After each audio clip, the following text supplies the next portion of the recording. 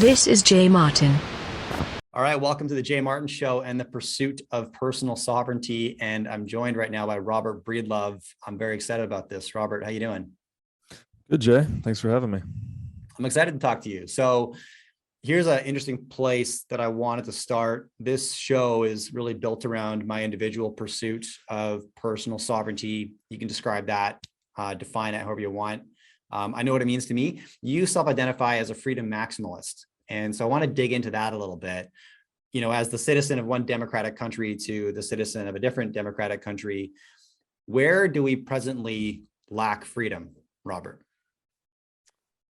Yeah, well, we lack freedom in a lot of places. I guess the first thing I'd point out is we have this idea that a democratic society is somehow optimal.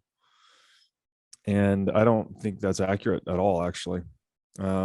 Democracy essentially right now is premised on 51% tyrannizing the 49%, if you will. This idea that we collectively come together and vote on something and then whatever majority should just rule. I don't think that makes a lot of sense.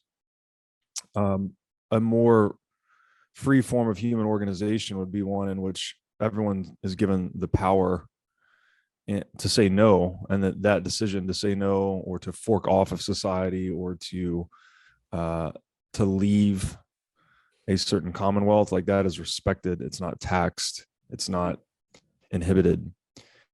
Just using the United States as an example, and this will get into taxation, which is another area where we're not free. If you have a net worth of, I think it's $2 million or above, and you decide that you want to leave the United States, you're not satisfied with the governance services, the property rights, whatever it is that the government's really rendering to you, and you decide as a customer of that government, you want to leave, well, just like you would leave any other service provider, right? If you had a website hosting solution and they weren't doing the job you wanted for the money you're paying, you have all this option to switch to their competitors. Sure. And it's that very option that keeps each individual competitor honest, right? They have to render high quality service at a fair price. Otherwise, you're going to get outcompeted. Well, in something like the United States, if you try to leave with $2 million net worth or more, they impose something called the exit tax. It's basically saying when you exercise your sovereignty, really, to the power to say no to a service provider, in this case, government, they're actually enforcing theft on you. They're saying, okay, you can leave, but we're going to steal X percent of your net worth above $2 million. So we're not free. We've come a long way. Sovereignty has become gradually more decentralized over time. This isn't ancient Egypt with a couple of pharaohs and multitudes of non-sovereign actors. We've more evenly distributed sovereignty into the world, largely through free markets. I don't think there's a whole rabbit hole here about the purpose of government coming into the digital age, but I think you could sum it up as government exists to defend property. And by property, I mean the relationship between people and their stuff. So for you to own a car or own a house, you have a document that says you have the exclusive rights and the exclusive responsibilities to maintain that home or that car. So it's this mutually acknowledged, it's publicly acknowledged exclusive relationship between you and your assets. That's property, right? That's what governments are maintaining, this list essentially, and they defend the list. You outsource defense of that to the government to some extent. So if you come into your home one day and there's a random guy sleeping on your couch, well, you've got recourse to the legal system to throw him out, for instance. Yeah. So the problem with that model, though, of government is that it's always preyed on property rights. The primary function of its existence is to defend the integrity of this relationship between people and their stuff. But over time, government inevitably starts to feed on or extract value from the relationship between people and their stuff. This is what we call taxation. So they're actually, if you don't, for instance, you have a 3% perhaps property tax on your home. If you don't pay that tax, it's not your home. So do you actually own it? No, you don't. Because if you don't pay the property tax on the home, then it's taken from you. So your ownership, your property, the integrity of your relationship between you and the home is at the leisure of the state, and the state can dictate to you any tax rate that it wants. Yeah. We're fortunate today that it's, in the US, at least in most states, typically relatively low, 2, 3, 4, 5%. But when you study governments historically, they tend to misallocate a lot of capital. They get into an insolvency phase, and then they become more aggressive in their predations of private property to the point of civilizational collapse. So we've been in this repeated kind of trap where we need to outsource physical security to have strong property, to build wealth in the division of labor. That's how we become more than the sum of our parts, so to speak. But that very security mechanism we call government tends to turn back on itself at some point. It's misallocating a lot of the stolen capital. So eventually it gets very aggressive in its taxation, which is also inflation, right? When you're printing money, you're just stealing from people as well. So to try and summarize that, and I think this one lands with a lot of people, this may sound kind of like intense. We're like, well, what do you mean government's a bad guy? I thought they were here. Thought they were here to work for me. But think about it like this. The definition of a slave is someone that has a 100% effective tax rate, such that all the fruits of your labor go to a tax authority, not to you, right? You have 0% private property rights as a slave. Someone is coercing you and all the fruits of your labor from you, right? So a slave is someone with 100% effective tax rate. The other end of that spectrum, I would call them a sovereign, frankly. If you have a 0% effective tax rate, you're sovereign. There's no one, you keep all the fruits of your labor. You have perfect private property rights. No one's stealing from you, right? All the transactions you engage in are mutually negotiated and voluntary on both sides as a sovereign. Yeah. Anywhere you fall on that spectrum between 0% sovereign and 100% slave, that is your effective tax rate is basically the effective percent slave you are. And if you're asking me how we're not free, well, what's your effective tax rate? Sure. That's Okay. how not free you are. Hold up, quick interruption to shout out one of our partners here at the Jay Martin Show. This is Masterworks. Now, Masterworks is a platform that gives retail investors like you or I the opportunity to fractionally own pieces of blue chip art. So we're talking about Picasso, Monet, Banksy, etc. Now, why is this exciting? Because the smartest money that I have on my show invests in the art sector. So I want to do that too. Now, last year, I actually bought 2 pieces of art for my home. But knowing nothing about the art industry, I have no idea how they're actually going to appreciate over time. Now, I like them, and maybe that's enough. But if I want to put my cash to work in the art sector, I really want to go after the biggest names in the business, the multi-million-dollar pieces. And this is the access that Masterworks gets you. So check out masterworks.io now. So then if we look at, property tax as the price you pay in exchange for the privilege of owning your home, you could look at capital gains tax as the price you pay for the privilege of owning equity or a share in a company, corporate tax is the privilege, or the price you pay for the privilege of owning a company, et cetera. And in exchange, you get protection of that ownership, right? That's the give and take, which is, it's like paying anybody off for protection, right?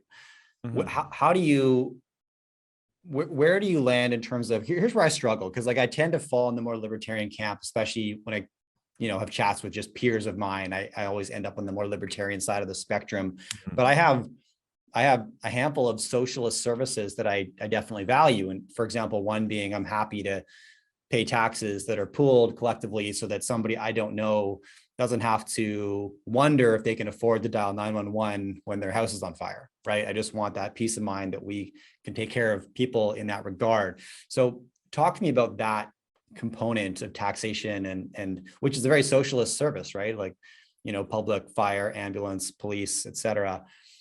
How do you process that, Robert? Well, what you just said sums it up nicely. That's something you individually want to do, right? You want to Correct. contribute some amount of money to a pool of money that then funds this 911 service or whatever social service it is. Right. Okay. Well, that's a voluntary exchange, right? You and others like you that want to do something like that can come together voluntarily, create it and implement it. That's fine. The problem is when you are required to do it. You have no capacity to say no.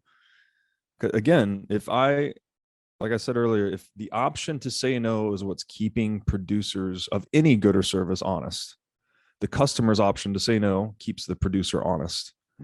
So to flip that and look at the extreme alternative case, imagine you're trying to buy a car and I'm the only car dealer you have access to. Sure. Yeah. You have no power to say no. You have nowhere else to go. I'm a monopolist. So, and if you've studied Econ 101, monopolies are really bad. They charge really high prices, deliver very poor quality, and they're basically anti-economic, right? It's a coercive model. Well, that's what you have in a world where you can't say no, is whoever you can't say no to is going to tend towards becoming more of a monopolist. And now there, to distinguish here, you can have a natural monopoly. It's like, I'm the only guy that discovered water in the desert, right? And I own the land around it. Well, I have a natural monopoly. That's acceptable, right? That's kind of a natural free market function. The real problem is the legal monopoly. The legal monopoly is when, say, many other people discovered water in the desert and I go around shutting them down by force to make sure that I'm the only guy selling water in the desert. That's a legal monopoly. I'm using coercion to enforce the monopoly, not a happenstance of free market dynamics where I just owned a piece of land and it happened to have all the water, right? So when you look at government and central banking, it's premised entirely on this legal monopoly model where you're not given the power to say no. You're not given the power to negotiate. And the important distinction here is that is not mutually exclusive with social services. You can have whatever social services, build whatever roads you want, whatever type of socialized healthcare. You can have all of these things in a world premised on voluntarism. You don't need the involuntary exchange of taxation to fund that. That's just kind of the moral camouflage, I would argue, that states sweep this under, because you always hear this from the non-libertarians. What's the first argument? What about the roads? Who's going to build the roads? It's like, if there's a human want and there's a human capability, we can solve the problem. At no point do you need coercion or the point of a gun at anyone to get a deal like that done.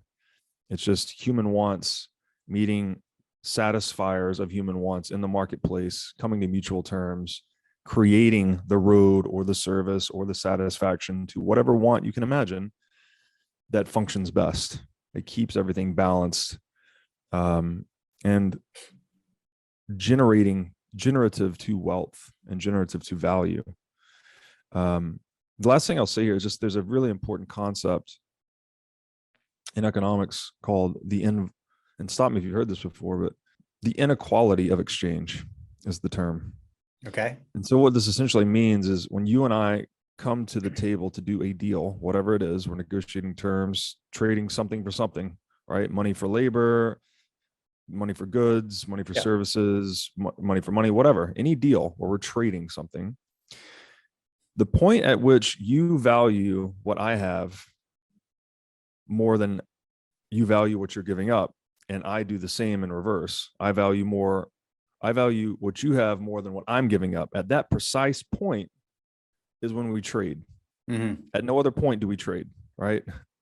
Because you have to be psychologically better off in the deal, as do I. Otherwise, we're never going to do it. If we were equal, this is kind of counterintuitive because people tend to think, oh, if you swapped, 2 cars for this one house, then 2 cars equals 1 house. Right. Well, not exactly, because the guy trading away the cars had to value the house more, and the guy trading away the house had to value the cars more. So the point is, only through mutual voluntary exchange do you get mutual psychological profit, or said difference, mutual value creation. Both parties leave the trade psychologically better off or creating more value, better satisfying their wants than they did going into the trade. Sure. And that's the magic of capitalism, right? Yeah. Everyone's better off in every mutual trade. And we build up in layers this, giant stock of capital that makes everyone's life better, easier, all the miracles of innovation and capital accumulation. So it's essential. Voluntary exchange is essential. And if you introduce involuntary exchange to that equation, you break it.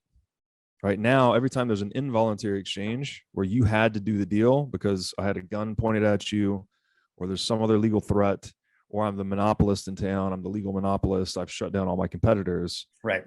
You now leave the deal psychologically worse off, right? You're like, this is the only shop in town. I had no choice. I had to go here. He told me a price that I thought was 2x more than it's worth, but I have no other option. Yeah. Yeah. So it's psychologically destructive. It's value destructive. It's wealth destructive. When you introduce the phenomenon of involuntary exchange into the marketplace, it breaks down the marketplace, actually, because the marketplace is the form of free exchange. Once you introduce involuntary exchange into the equation, it moves away from being a market and moves towards something like being a centrally planned economy. Mm-hmm. Now, let me ask you a question. You said, I believe, we've come a long way in terms of national sovereignty, right? Or something close to that, right? And we're talking about the individual sovereignty, I'd say. Individual sovereignty. Okay. And that's in relation to, the journey of humans over time. We're talking about, numerous empires that have risen and fallen over years. So so taking a look at the American experiment, for example, right? Quite a brilliant experiment, right? Constitution that really limited the power of the leader. That was what I understand as the power of the Constitution was that it limited the power and made a very inefficient government by design, right? Hard to get things done, hard to change things, therefore left the power in the people. Right. As the government's grown, that's definitely decreased, and the individual sovereignty within the United States is decreased alongside with it. So are these two cycles occurring at once, the long-term cycle of increased personal sovereignty, but within that, there's these short-term cycles like the rise and fall of numerous empires, maybe begin with good intentions, but over time, just decrease sovereignty, decrease freedom until they eventually collapse on themselves. And then we enter the next short-term cycle in the long-term cycle. Does that make sense to you? Yeah, that's one way to put it, I think, is that if you look at the longest arc of human history, we are trending towards more individual sovereignty, which again, just rewind 5,000 years, ancient Egypt. Sure. The pharaoh god king is fully sovereign. Yeah. A few of his henchmen around him perhaps are very lowly semi-sovereign, and then many tens of thousands of non-sovereign slaves, basically. Yeah. So very concentrated sovereignty in that model. And indeed, many early stage human organizations, like even a tribal mode of being, you tend to have one strong guy on top, right? He's sovereign. He's the government. Basically, he or they are the government. They're the martial force, and they command the most resources for themselves. And there's not really strong property inside of that group. It's just like those guys own the group and all of its fruits, and then they divvy it up amongst other people within the group. So it's a very archaic model of human organization that the strong man, or always strong man, let's be real here, the strong man rules the tribe. But in 1215, the Magna Carta was signed, and the three tenets of civilization inside the Magna Carta were the right to life, liberty, and inviolable property. And we inherited this later into the US Constitution: life, liberty, and the pursuit of happiness. We swapped out property for pursuit of happiness. And people like to argue about this one, but I'll just say, good luck pursuing happiness without private property. You can do anything in the world, right? You can go out and create any amount of value in the world, plant a garden, start a business, make some breakthrough innovation. But if you don't have the value, if you cannot capture value from that creation, right, you have solved a problem for a lot of people. If you're not incentivized to do that, if you don't have strong private property in the outcome of that project, whatever it is, then you're not going to capture any value that you're creating. So you have no incentive to serve others. Whereas if you do have strong property rights, you are incentivized to solve other people's problems, because the more people's problems you solve, the richer you get. Right. In tandem with how strong your property is. So the stronger, the higher assurance your relationship between yourself and the fruits of your labor, the more incentivized you are to engage in peaceful, long-term cooperation, trade, to do business, frankly. And you could put all this under the rubric of making, right? There's two ways to acquire wealth in the world. There's making and there's taking. Making would be working, trading, building a business, like managing a profitable business, being prudent, saving, all of these things. And then taking would be the opposite.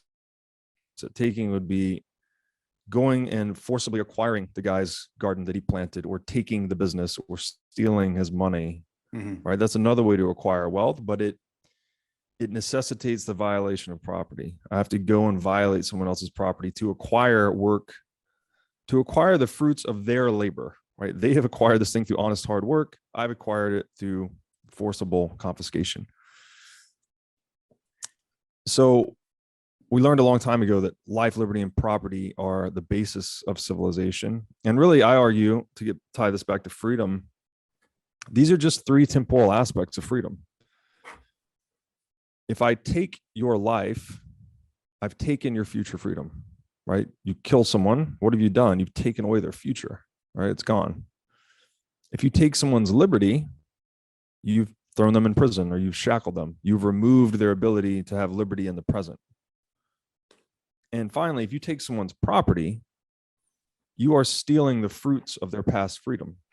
Right? Like things that they went out into the world and voluntarily created and traded with others to accumulate some wealth, some capital. If you take that from them, that capital that they've created is the manifestation of their past freedom, right? They spent their freedom in the past doing things to create that. So our government was at least, the US government was at least set up on this premise that we wanted low to no government. What's the old quote, that the government that governs best governs least. We had low and predictable taxes. We had a lot of free trade. We had very libertarian founding fathers in many ways. And to your point earlier, yes, they set up government to be decentralized, a decentralized republic that was intended to move slow, be hard to change, to really maximize individual sovereignty, right? It was putting these things, life, liberty, and property, it was really held to be more important. It was the guiding principle of the entire hierarchy. So in a way, Western civilization, one of its primary characterizations is that it holds the sovereignty of the individual above the sovereignty of the state. And that's what's made it work so well. We get, access to nonviolent dispute resolution and the rule of law. We have reasonably strong private property. We have this long tradition of deferred gratification, making more than you spend, and saving, basically. Yeah. So, and what does all that sound like, by the way? I think to tie this into Bitcoin, decentralized, really hard to change. And it is life, liberty, and property written in unbreakable code, effectively. Like, clearly Bitcoin doesn't protect your life, doesn't give you some kind of force field against bullets or violence, but it does give you this tremendous liberation, and that now you have a form of capital that's immune to the opinions of other people. It's hard to enforce capital controls on Bitcoin. It's hard to tax Bitcoin. Impossible to inflate Bitcoin, which is really important. And if you look at it through the property lens, for the first time, again, if property is just the relationship between an owner and their asset, then Bitcoin has given us that ancient ideal of inviolable property that we wrote about in the Magna Carta 800 some odd years ago. Well, now we finally have a working implementation of that. If I acquire Bitcoin and I take possession of my private keys and I put them into what I would recommend is the strongest security schema, a geographically distributed multi-sig. So you have multiple keys, maybe it's 3 or 5 needed to unlock access to the Bitcoin. And then you distribute that geographically, and you implement certain protocols that are necessary to get a quorum of 3 or 5 to move funds or activate funds. Mhm. You can get very creative in this space, but it gives you this property right that is so hard to break. Like, if it's implemented correctly, it's basically unbreakable property. No one can steal it from you, not even under duress. Now, it's not perfect, of course. You can still ransom people and things like that, but Yeah. it's by far the strongest property right we've ever had in the world, especially when you consider, and this is a very key point, every dollar printed is a violation of private property. When a legal monopoly is producing new dollars, and these dollars are just a promise to goods and services, right? Mhm. They're just, each dollar is just a future promise to receiving goods and services. They're basically awarding themselves new promises. And then when they spend that money into circulation, those who cannot produce new dollars are being taxed via inflation. So not only is taxation the theft of private property, but inflation is taxation. And it's one of the least visible, least understood forms of property violation. And it gives government the most plausible deniability, which you see in the world today. Look at all the rhetoric coming out of the White House. Oh, inflation's really bad, but it's that war in Ukraine. It's COVID. It's this. It's any, they'll never, and you just pay attention to this, they'll never bring up the central bank. Ever. They will never say this has to do with the fact that we printed $6 trillion in the past 2 years. Yeah. They just won't say it. Yeah. And it's like the most obvious. I can't think of anything more obvious. Yeah, It's I'm like with you. Tell you. me prices went up because $6 trillion were printed in the past 2 years. That has nothing to do with prices going up. I mean, it really hard pill to swallow. All right, thank you for watching this interview. Now, 3 things before I let you go. Number 1, I publish a weekly newsletter and I love writing it. I share my biggest takeaways and action items from the conversations that I have on this channel. In addition, my thoughts on current events, economic events, political events, and you can subscribe for free. Just hit the pinned comment right beneath this video, or just go to jmartin.club and you can subscribe on the website. I'd love to have you join the team. Number 2, ad revenue from this channel is donated to an organization that is super close to my heart called Zero Ceiling. Now, Zero Ceiling's mission is to end youth homelessness, and the way they do this is by giving at-risk urban youth the opportunity to relocate to beautiful wilderness areas and then provide them with supportive housing, career training, and just generally positive influences on their life. I love what they do. Check them out if you're interested. And number 3, if you prefer to listen to my content as opposed to watch it, you can find me wherever you listen to your podcasts. Just search for The J Martin Show. All right, thanks again.